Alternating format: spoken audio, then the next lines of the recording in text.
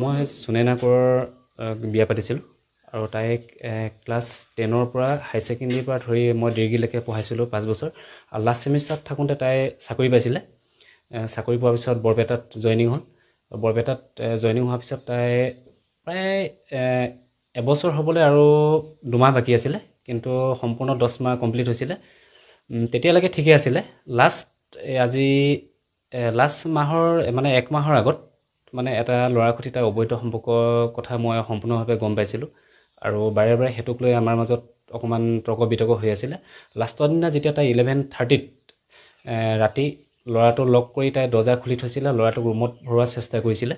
আৰু যেতিয়া মই কথাখিনি গম পালোঁ গম পোৱাৰ পিছত আমাৰ মাজত অকমান কাজিয়া হৈছিল সেইদিনা সেই কাজিয়া সুবিধা লৈ তাই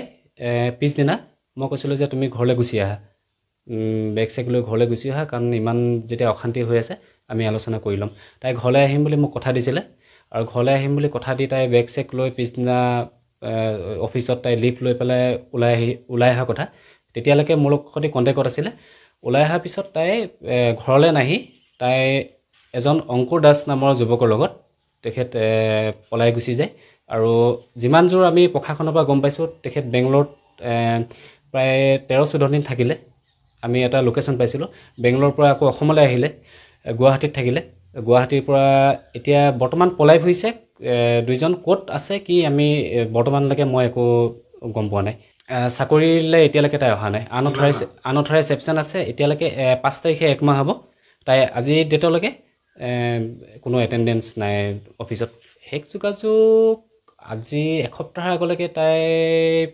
মোৰ সৈতে যোগাযোগ আছিলে যোগাযোগ মানে কি তাই কৰিব নিবিচাৰে মই খুব ছোৱালীজনীৰ কথা যদি বা মই কওঁ ক'ত আছো কি কৰিছোঁ তাই তেনেকৈ একো ডিটেইলছ তাই দিব নিবিচাৰে কৈছে মই অকলে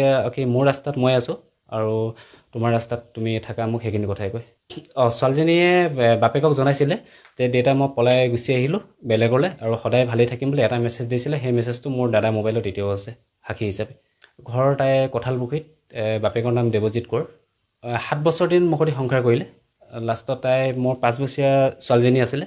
ছোৱালীজনী এৰি থৈ তাই লাষ্টত এইটো সিদ্ধান্ত ল'লে আৰু আজিলৈকে তাই এটা কথা ক'ব নাই 10 মাহে মই কিবা কৰিছোঁ নেকি যিদিনা মোৰ চকুত ধৰা পৰিছে ল'ৰাটো ৰুমত অনাৰ চেষ্টা কৰিছিলে সেইদিনাই তেখেতক মই অকণমান বেয়াকৈ ক'বলগীয়া মই বাধ্য হৈছিলোঁ সেইটো প্ৰতিজন হাজবেণ্ডে ক'ব আৰু বেয়াকৈ কোৱাৰ পিছত তাই কমচে কম